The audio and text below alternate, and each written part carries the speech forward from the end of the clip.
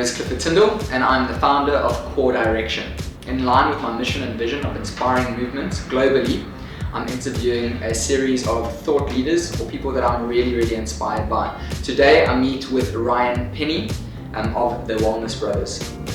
Ryan Penny is born in Pretoria, South Africa, a fellow SAFA. He has a master's in homeopathy and a diploma in clinical nutrition. He is the co-author with his brother of 2 books. One is Something Bigger and the second is No Sweat.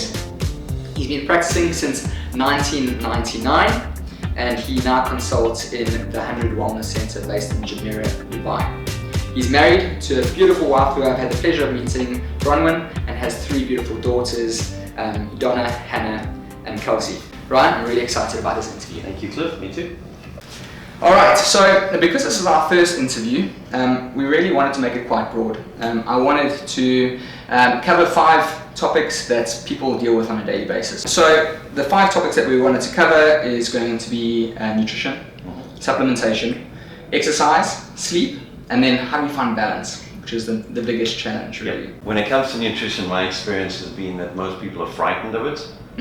I think that for the most part people are confused because of what you rightly said. There are so many differences in terms of opinion and ideas and what it is that constitutes a good diet. So one of the things we've looked at over time is how do we break most of these diets, and whether they be fad or whether they be based on good solid facts, how do we break them down in a way that makes sense as to what the human body requires, because that at the end of the day is what a diet is there to support. So the way we try and work through it is simply through a grid of 6 points.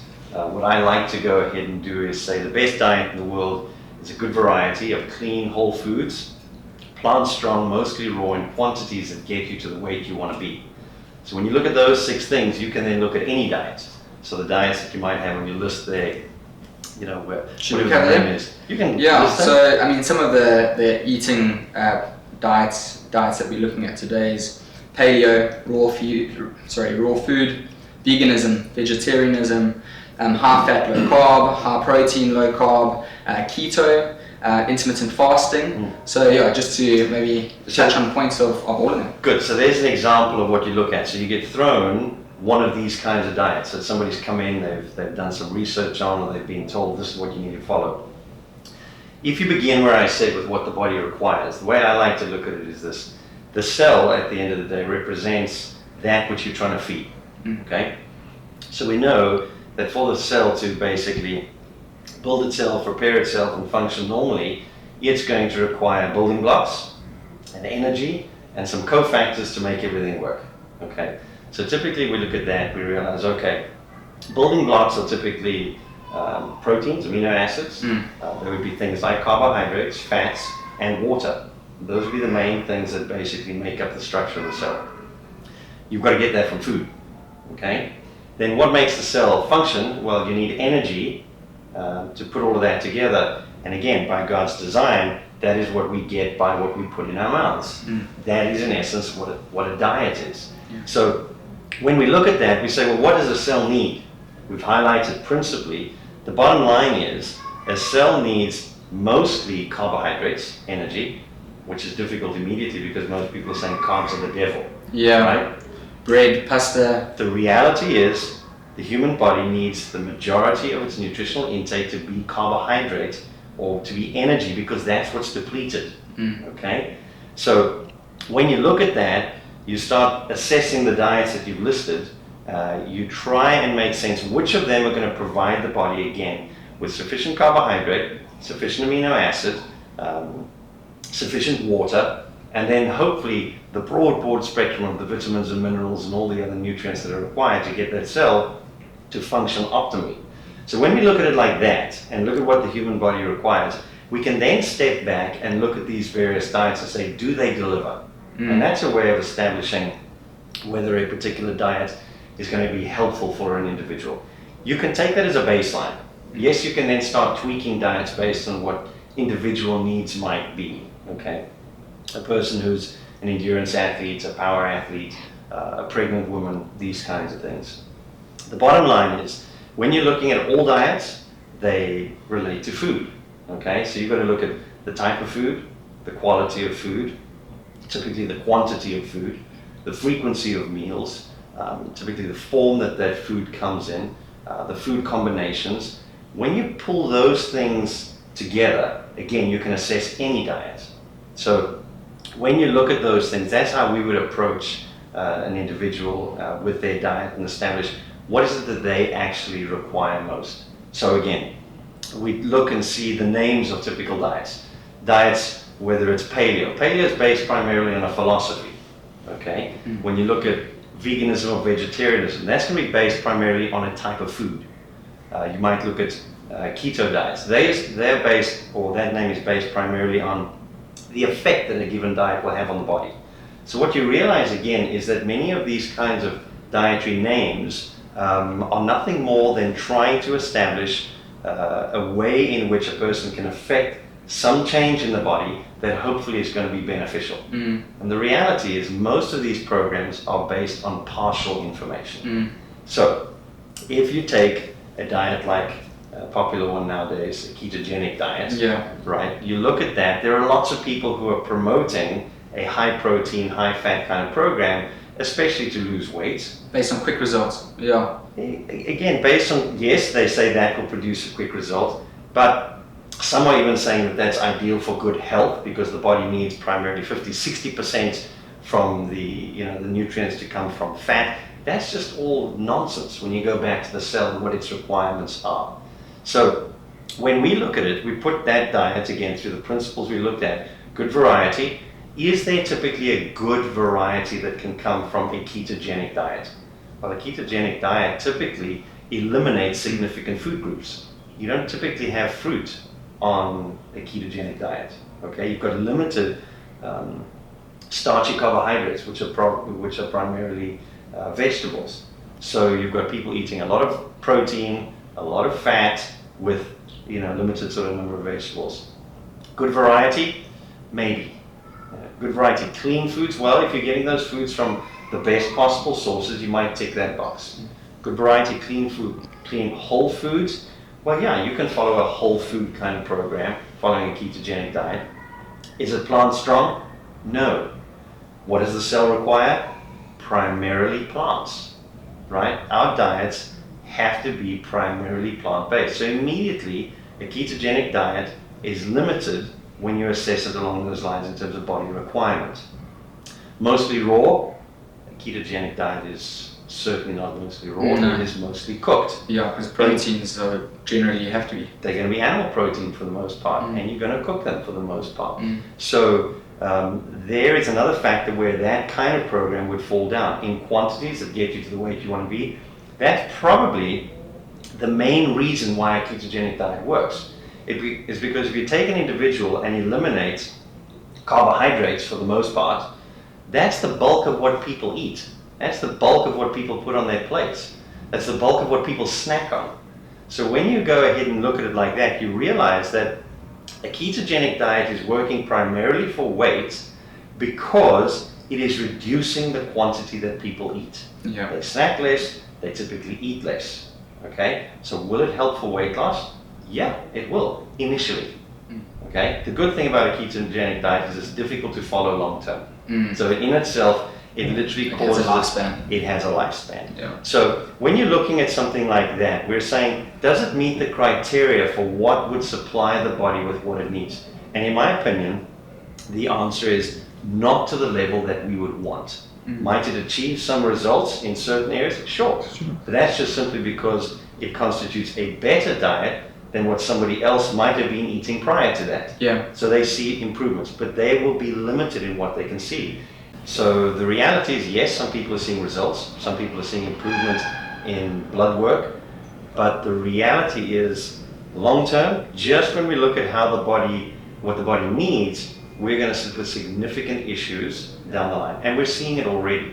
So we picked on that particular diet, not because it's the one that has to be picked on, but the reality is, when you start looking at any of these programs, what I've just said to you, again, I mentioned, a good variety, clean whole foods, plant strong, mostly raw, in quantities that get you to the weight you want to be, You factor in all the parts that you need to factor in, and that's how you assess diets. Can we break that down? Absolutely. So that point. So the first point was good variety. okay. So when we're looking, everything within the realm of nutrition, everything, protein, carb. Absolutely. When you talk diet, talk food. Yeah. That's the best thing to talk when you talk diet. Okay. So when we're talking about a good variety, we're saying what kinds of food are you eating? Ideally, you want to eat from a broad spectrum. Okay, so you're not eating 3 types of food a day, every day. You're eating a variety. You're eating 10, 12, 20, 30 different kinds of things. Okay? Why? Because the nutrient requirements, as we said, the cell, we said the proteins, the carbohydrates, and the fats, those are simple. They will come in just about any food. It's the micronutrients, the vitamins, the minerals, the enzymes, the phytonutrients, the cofactors, it's all those kinds of things that come primarily from plants. So you can have a very restricted diet that's got some salmon or chicken and some broccoli, and pretty much that's your staple, and off you go. The limitations there are significant because they do not provide the spectrum that the body requires to function optimally. Okay. So the variety. Variety is key, and how do you determine what that is again? Well, look at a whole lot of foods. There's a variety of different fruits and vegetables, and yes, animal source proteins and these kinds of things. Look at the list. Identify the things you like, pick 5, 10, 20 of them, add them to your program and get on with it. So variety is key because the body requires a nutrient buffet. Yeah. That's what we basically and then at least you don't have that sensation of, I really feel like this, because you haven't had enough of it. Absolutely. Again, when you get that sort of variety going, number one, it can be enjoyable, but beyond that, the primary component or the primary reason we eat is to fuel a body to survive for as long as possible. Again, that's very, very important. That's why we assess a diet in the way that we're looking at it. So when you pull a lot of these other diets, they make changes. They may help weight loss. They may help certain things initially. The question is, what are they going to do in terms of promoting longevity and optimal function? And a lot of them, the fad ones out there, are not going to achieve what we're looking for. Number 2. So good variety, clean. Clean is complicated. Yeah, like actually, before we go on that, I know that you and Bron and the family, you guys do like a raw food. Before, I knew that you were doing it once a year for a month. And there were times where we don't do that specifically anymore. Yeah. We've done that over time where we have taken periods of time where we were primarily eating raw food. That's in the points to come. But we're looking at whole foods, ideally. So it's a lot easier to eat if you're eating raw foods. You know they're whole foods for the most part. But when you're talking or when we're talking clean, actually was the subject we were looking at. Clean, you're not always going to get clean raw foods. So there is a component to addressing that as well. But if we talk clean, we're talking when it comes to plants, we're talking about from the seed to the soil to the actual way in which that plant was, the agricultural practices, to the things that we used on it to keep it alive, to prevent it from being eaten by other things, through to the harvesting, through to the preparation, right till it gets to your plate. All of those are factors that are involved in clean, okay? So this is where things like organic would come in, okay? And conventional sort of farming practices, these kind of things. When it comes to animals, clean would be what have you given them in terms of hormones or in terms of medication, those kinds of things. Absolutely. So clean is complex. In my opinion, the easiest way to go ahead and look at that is, can I find things that are preferably locally grown, difficult here, but it's possible, locally grown, as close to organic as possible, that have been minimally processed by the time they get to my plate. So again, there is no such thing as a perfect food. There's no such thing as a perfect diet. So in fact, let me make a point there. It's important for people to understand. When it comes to nutrition, all of nutrition is what we call a help-hurt transaction. In other words, you're going to put something in that is intended to help, that's going to have a component that's going to hurt. It doesn't matter what the food, it doesn't matter how good the diet, that is always going to happen. That's why we have such an elaborate detoxification system and digestive system, is because we might take something in that's 95% nutritionally valuable, and it may have other components that are unhelpful. It may have other components that counteract the value of other nutrients. It may have things that are actually detrimental. So you're looking at that and realizing that that's all nutrition. The idea is, how can I follow a diet that is going to help much more than it hurts? And if you follow the principles we're laying out right now, you can achieve that very, very effectively. So clean, complex, but apply some common sense. Yeah. All right. So point number 3. Point number 3 is the whole foods. Ideally, what you want is you want foods that look as close to what they were when they were still growing. Whether you dug them out the ground, you've heard this kind of thing many times. If God made it, eat it. If man made it, avoid it. That would be the whole food kind of principle. So this is a lot along the lines of kind of paleo. Paleo would, yes, absolutely. Paleo would go very, very strongly for some of the things we mentioned already. Is paleo typically good variety? Yeah, pretty much good variety. Are they clean? They emphasize clean. Yeah. They push very strongly on clean. So here you'll see how we can assess another diet through the same process, right? Whole food, they're all about whole food. You know, they want it to be as natural as possible. So when, again, whole food, what we're trying to look at is, does it have minimal ingredients? Is it something that is, as we said, as close to it was in its natural form? So another word of saying whole food would be natural food. So if it's something that, you know, has been mashed into some, you know, chicken-looking, fried, crumbed something, you don't know what that is. We would say it's a UFO, an unidentified food object. So we look at that and say, we want something that maybe 50 years, 100 years, 200 years ago, if you put down on the plate, people would look and say, okay, I need that because I recognize it. So that would be the whole food component. So that's challenging because when you walk through a supermarket, any supermarket, most of the stuff is in a box or in a packet or in a tin or something like that. It's much more difficult to then go ahead and establish, you know, how close is this to a genuinely whole food. So the ideal ones are the ones that you pick, you put in your own packet, they weigh it, they stick a price on it, and you go. That would be almost the best test for what constitutes a whole food. Yeah. Okay, so so we've got variety, number 1. Number 2, clean. Clean. Number 3, whole foods. Number 4?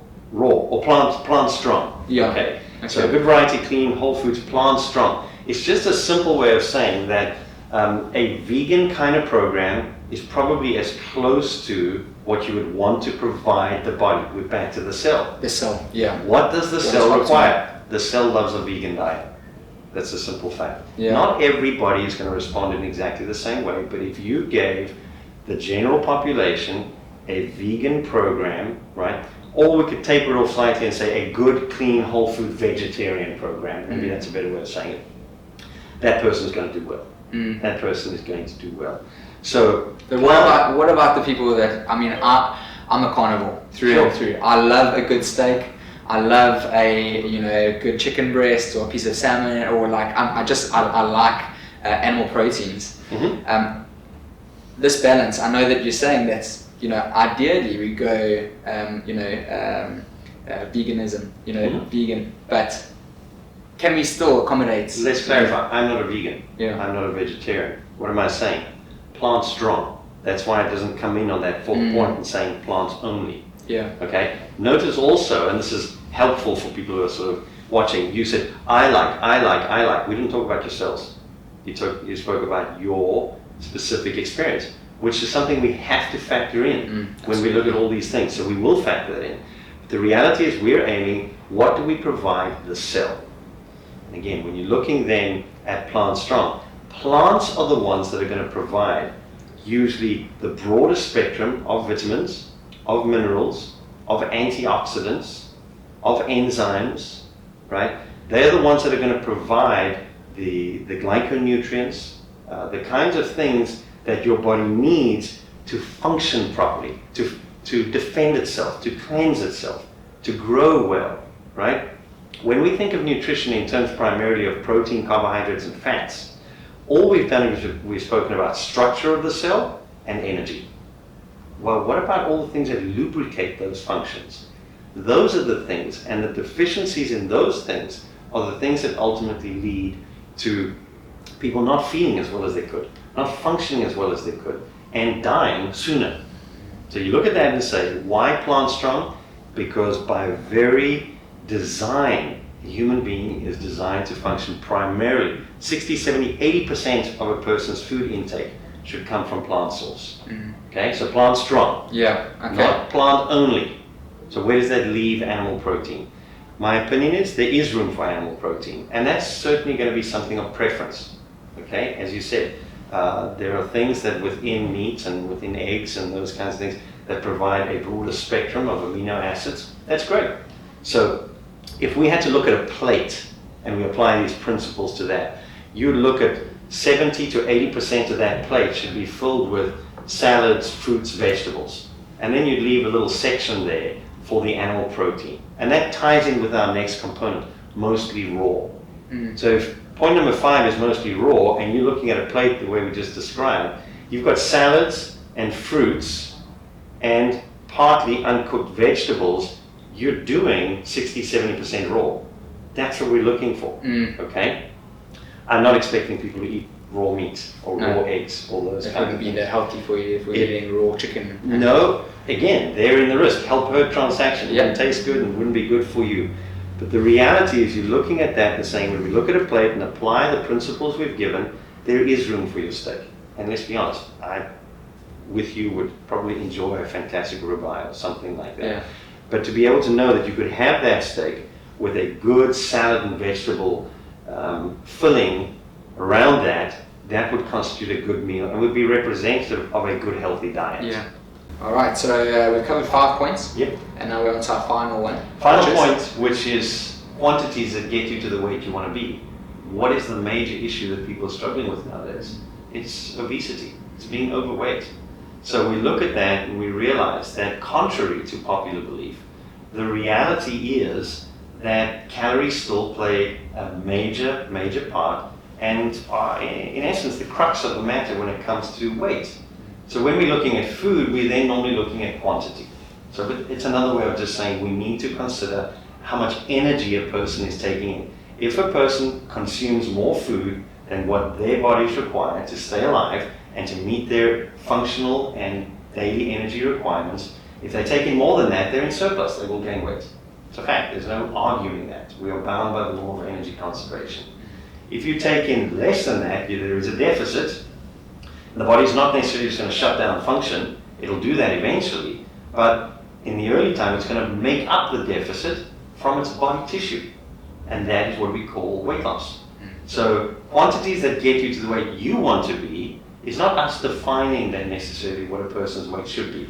We cannot turn around and say every person who's 175 centimeters should weigh 70 kilograms. No.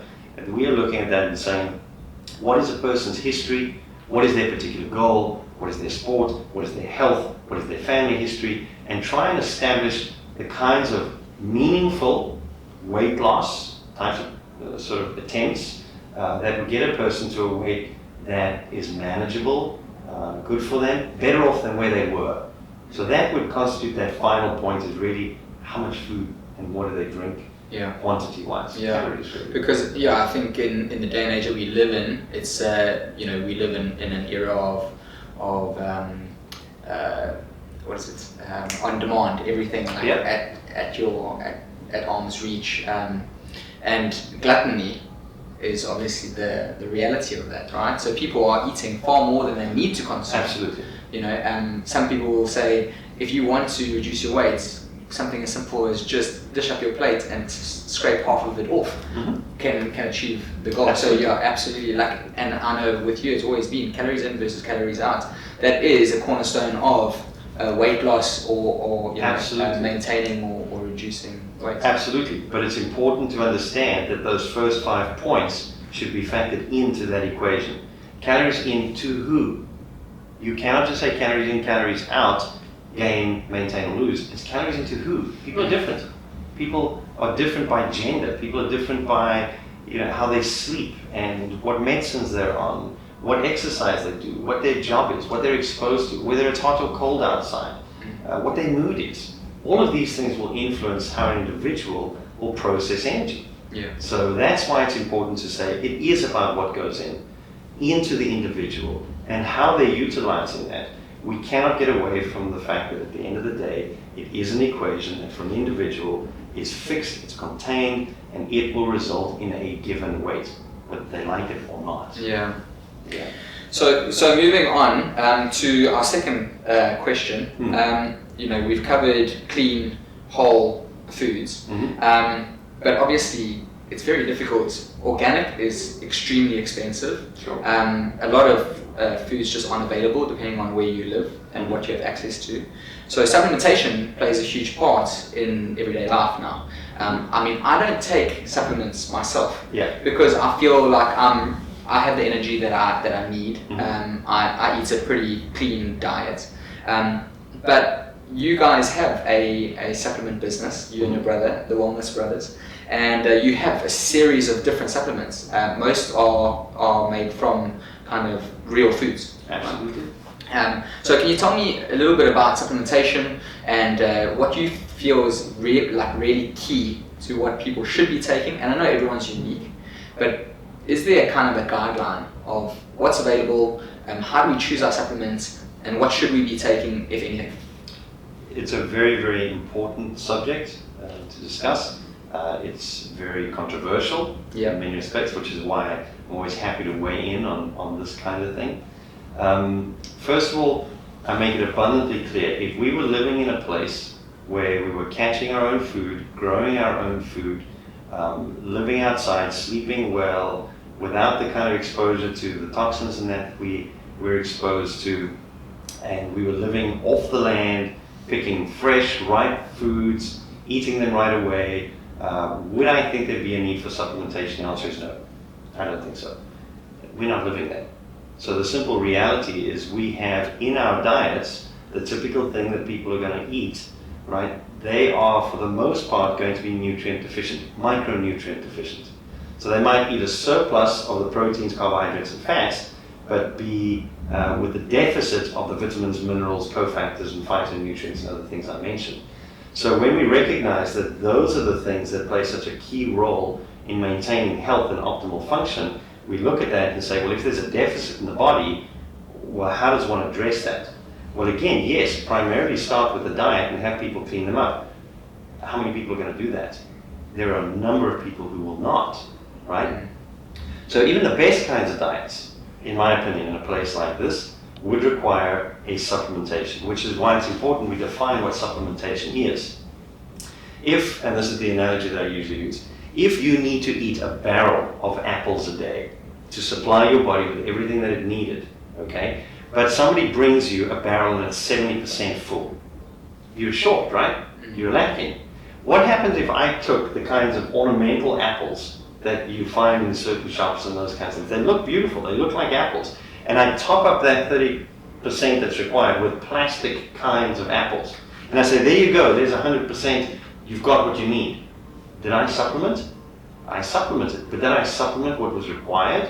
And the answer is no. I gave you something that is actually not what you require. Back to the cell, okay? Cell now gets its plastic apple, and it's like, what am I supposed to do with this? So when we look at supplementation, we say again, the reality is most people are going to be at suboptimal levels of micronutrients, and the way in which they need to go ahead and top that up, if they are wanting optimal function, optimal well-being, and longevity, then they need to go ahead and get those micronutrients primarily from food sources. So when we talk about supplements, again, we're talking about things that actually are the same things that are missing. And that's important to understand. So what are they? Vitamins. You get, importantly, you get distinction between synthetic vitamins and whole food or food derived. We're talking about go for food derived. Okay? So makes sense, right? It's common sense. It's common sense, absolutely. Yeah. So vitamins, minerals, typically people will go ahead and say, I'll take a vitamin and mineral supplement. Minerals are not all the same.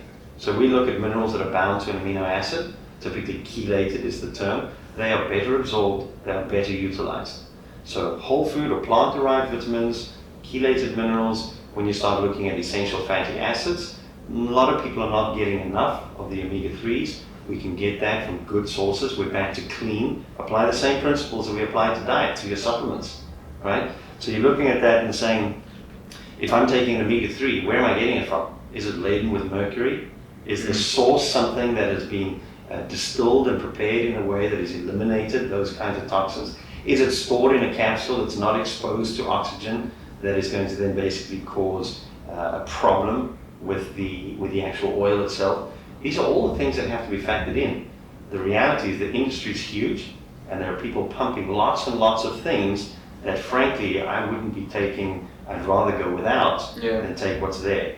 However, if we are applying ourselves again to those vitamins, those kinds of minerals, those kinds of oils with good enzymes, good stable probiotics, as I said, glyconutrients, which most people have never heard of before. You know, when you start looking at those things and additional phytonutrients and cofactors, in my estimation, if you want to function at your best, you have to supplement. Yeah. First thing is I would say with regards, I like to refer more to movement than exercise. Yes, I love it. Well, our whole slogan is inspiring movement, right? There you go. So I would speaking look my at that. language. Good. So I would look at that and say to you that our aim is to try and help people move more and move more often. Yeah. So we address both elements. So exercise, if you look at what exercise is, just coming off the subject of supplementation, exercise is a movement supplement. That's all it is. People shouldn't have to exercise. If you go back many, many years, the only people who were exercising were those people who were trying to develop a level of fitness or strength to meet a particular task, whether that was to put on a show or to compete in an event. It wasn't the everyday thing. You know, that was in the 70s that started coming around. So exercise as we know it today is a recognition, a need for movement that the body has back to the cell, movement that the body requires, and we're not getting it in the day because we're doing what we're doing right now, we're sitting. Yeah. Right? So people sit for long periods of time, which we know is an independent risk factor for coronary disease and a host of other things. Well, they're saying now sitting is the new smoking. Absolutely. Right? That's exactly what it is. So sitting is as detrimental to health as smoking is. So long periods of time, obviously. So one's looking at that and saying, well, how do we address that? So we wrote a book in 2012 called No Sweat. This is it. That's it. No Sweat, which is basically... Yep. No obstacles, spread workout, exercise accumulation training. Amazing. So that's a complicated So word. it's basically exercise without even realizing that you exercise. It's daily activities, like just moving more, like sitting more less. than that, that's non-exercise activity thermogenesis or NEAT. People are saying, okay, well, you know, stand rather than go ahead and sit all the time. Have a walking meeting. Take the stairs rather than the elevator. That's what we call non-exercise activity increasing, or NEAT. Okay. We're talking about exercise, which again, by definition, is attempting to move more in a particular way to improve health or fitness. That's what exercise is. You know that better than I know that, right? So we're looking at that and saying, what we did there was saying, what are the obstacles? And that's in essence your questions. Well, time's a killer. People don't exercise because of a lack of time very often. And a lot of people don't want to go to a gym. A lot of people don't want to get dressed in a particular kind of way. A lot of people feel they don't have the resources, the money to pay for a personal trainer or these kinds of things. They have lots of excuses or reasons why they don't move more and move more often. We said, well, let's cut through all of that. And what we did was we enabled people then to go ahead and say, you know what, every single movement done safely is a contribution to better health. So we try to help people then grow the non-exercise activity, as well as saying, you know, when you wake up in the morning, why not just before you have a shower, do 10 push-ups, do 10 squats. And then when you get out the shower, do another set. And then if you're going to have a breakfast, you're waiting for toast, or you're waiting for your blender and your smoothie or whatever, why not do another set? So by the end of the day, you've accumulated 100, 200, 300 reps, which would constitute, you know, a reasonable workout, a moderate workout. So we base that on research. There's so much more research that has come out since then to support what our findings and what our thoughts were back then. So that's how I live. In between the consulting room here and a patient, I'll walk through the gym, I'll do some pull-ups, I'll do a couple of step-ups, and I'll go to the next person. Because I'm going to sit for a long period of the day, so I break it up like that. So that we've used to try and overcome the obstacles that so many people have. The results speak for themselves, and the benefit of doing it that particular way is that you get additional movement and you fracture sedentary time. So you get a dual benefit by doing it that way. Exercise, I strongly recommend that if people do have the time, still go and do something, 20, 30, 40 minutes, an hour, depending on what you're doing, please but don't allow the inability to do that to obstruct you from going ahead and moving more in a way that is actually doable every day. And that's what that is. And contributing to better health, right? Like that is, at the end of the day, that's what we said Yeah. the definition of fitness or exercise is. Yeah. Yeah. So basically we've gone nutrition, we've gone supplementation, we've gone exercise. I mean, probably the most important is sleep. Now, long work hours that most people are now having to deal with, noise pollution, whatever it may be, getting your 6 to 8 hours of sleep, which is like generally the recommendation, but you'll elaborate on that, is really challenging. It's difficult. So we'll cover how many hours is necessary or ideal, but also how do we improve the quality of our sleep? So you're right. So sleep with most things, right, is going to be duration as well as quality. So there are many people who might be in bed for a long period of time, but they're not sleeping a lot of that time. So the idea is, how do we go ahead and give the body what it needs? You're back to asking, what is the requirement? I can't tell a person how much they should sleep. I can tell a person how much sleep they might need, and there's a difference, right? I don't define how much they need. That's already been determined. The reality is the vast majority of people require 7.5 to 8.5 hours of sleep. That changes with age, and that changes a little bit with individuals, but the reality is that's what the human body needs to recover well and rejuvenate, basically, in preparation for the day that follows. So when we look at that and we realize, as you rightly have pointed out, the majority of people don't sleep like that. The majority of people, they have fewer hours, and the actual sleep itself is of poor quality, it's broken, they are fatigued. And the reality is their bodies go ahead and they try and fight and get through these things, but that sleep deprivation affects concentration, it affects health, it affects weight, it affects mood, and all of those things will come into play in terms of how they approach, how they eat, and how they move and everything else. So you're right when you say that sleep is a major component, an important component. So ideally, what I say to people is when they'll say, okay, I hear what you're saying and I understand what you're saying, but I just am not going to get those hours. I say try and find at least 1 or 2 nights a week where you're able to go ahead and extend that sleep period. Okay, there are different Catch reasons. up on your sleep. In many respects, there'll be people who say you can't catch up on sleep, right? But I'm saying at least give yourself sleep at regular intervals. That will put you in a better position than not doing that. So you're not going to catch up for sleep you've lost, but you are certainly going to allow your body a longer rest period today that will be helpful for tomorrow. Yeah, just recharge your batteries. Exactly. So if you're able to go ahead and do that, you can apply simple principles of sleep hygiene, and those would be things like don't read in bed, don't watch TV in bed, go ahead and have a sort of a sleep routine, maybe have a warm drink, maybe go for a bath, maybe go for a darker room, go for something that's a colder temperature, 18, 20 degrees might be a better temperature for sleep. Go through those things. The problem is many people go into sleep, right, trying to distract themselves from all the things of the day, which is why they're occupying their minds with entertainment or these kinds of things. And a lot of them are carrying in the stresses of the day and the anticipation of the stress of tomorrow or next week or next year. So that's why some people will put their head down, fall asleep, they'll be absolutely lights out, and at 2 or 3 in the morning they're wide awake, can't get back to sleep. These are the kinds of things about how do you improve their quality. The reality is you need to help them to manage stress. Managing stress and coping with those kinds of things in conjunction with the sleep hygiene tips that I recommended, those would be the ways in which generally people would be able to go ahead and sleep better. People who sleep better feel better. People who feel better are sharper. People who are sharper cope with the pressures of the day better, generally. So get your sleep. Sleep is essential. Make sure you're getting it. All right. So we've covered nutrition, supplementation, exercise, and sleep. And what I found really interesting in your bio was that you now have a strong focus on therapeutic lifestyle change. How to help people live well in an environment that makes it difficult. And we look at life as we know it. If you live in a major city, this is really like specific to you. Noise pollution, long working hours, phones are always around, traffic, no family support in places like Dubai, the city that we live in. You're very fortunate. You've got a supportive wife and 3 kids, but most of the population here are expats that have moved here by themselves and don't have that support structure, which is a huge part. It's very materialistic.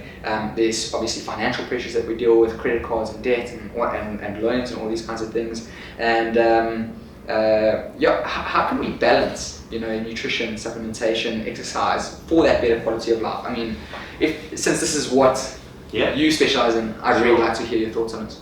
So therapeutic lifestyle change, or TLC. Right? Nice play on words there. Yeah. The idea is, how do we take people in a very, very difficult environment and address all the things that you've just mentioned?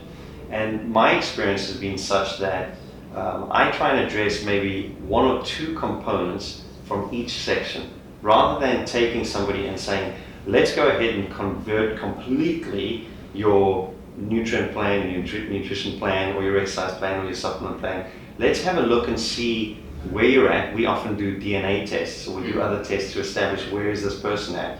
So from, again, what's happening in them, and then what's happening in their minds. Not everybody is mindful of the changes that would benefit them.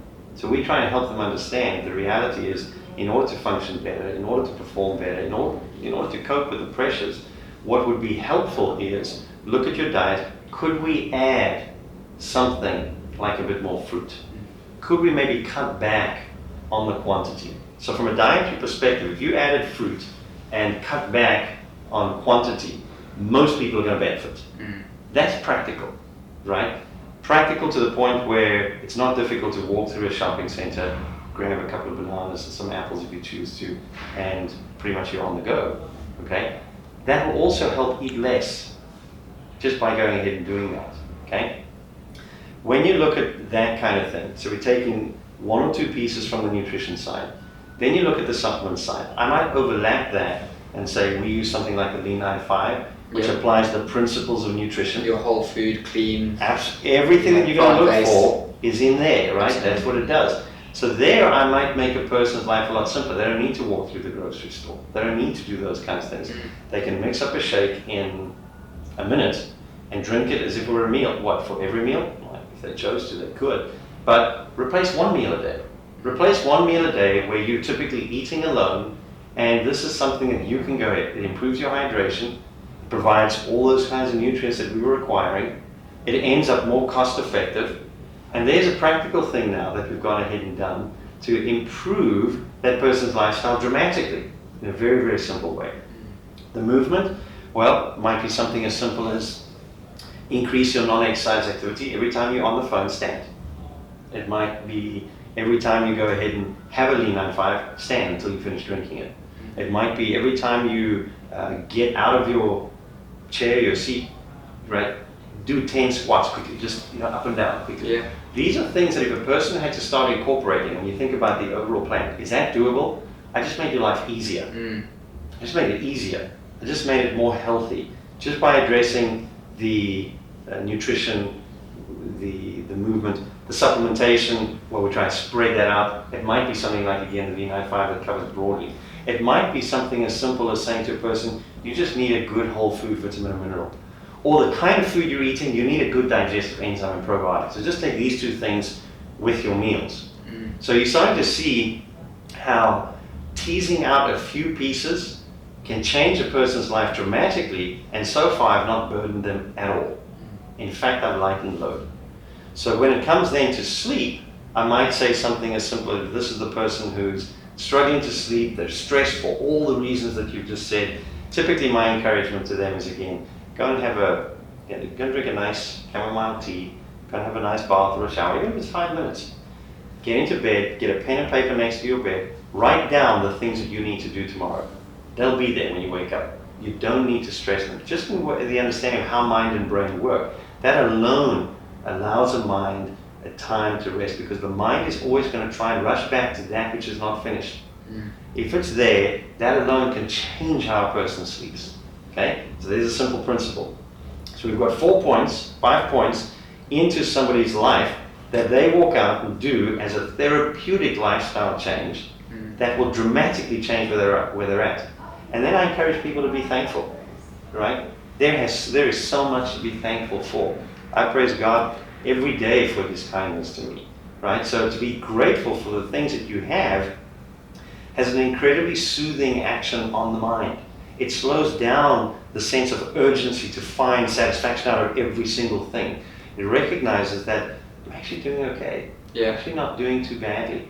So that would be a therapeutic lifestyle plan that, again, any single person listening to this could go ahead and do today, and would dramatically change how they live and the results that they experience.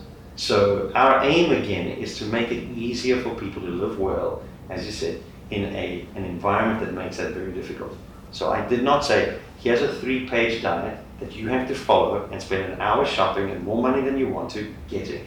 Didn't say you have to join that gym and do this 5 days a week. Didn't say any of those things. No, small changes, moving in the right direction. I would rather have a person take on small changes that you said that are actually actionable and practical and do them, because you are what you do. What a person writes down on a piece of paper for you to go ahead and do means nothing. You are what you do. Those cells respond to what you provide and how you use them. Okay? So that, at the end of the day, is how I would encourage people to draw some of those changes in. And the benefit is oftentimes when you draw something in, it'll push something else out. So many of the things that a person adopts, each meal that you might replace with a Lean 9-5, is not only are you getting better nutrients, but you're bumping out the other garbage you might have been eating. So there's a dual benefit. So oftentimes we're looking at ways in which we can get maximal benefit from minimal change. Great. So I'd really like to thank you for joining me today. It's always such a pleasure. I learned so much, and I'm sure our listeners and viewers feel exactly the same. For those of our viewers and listeners that need to reach out or want to reach out, you can be found at the 100 Wellness Center in Dubai, Jumeirah, and obviously through your website, thewellnessbrothers.com, and on Facebook. The link is obviously on your website as well. Yes. 2 great books I definitely suggest everyone should buy and read. No Sweat and Something Bigger. Ryan's promised me that he'll get them in PDF for purchase through his website if you aren't based in Dubai. And obviously great supplements on your website as well, whole food based, clean, but of course because you don't sell outside of Dubai, just look at the products and try and find an equivalent outside of Dubai if you don't have the luxury of being able to buy it here. Thank you, Cliff. I enjoyed it. Thank you so much.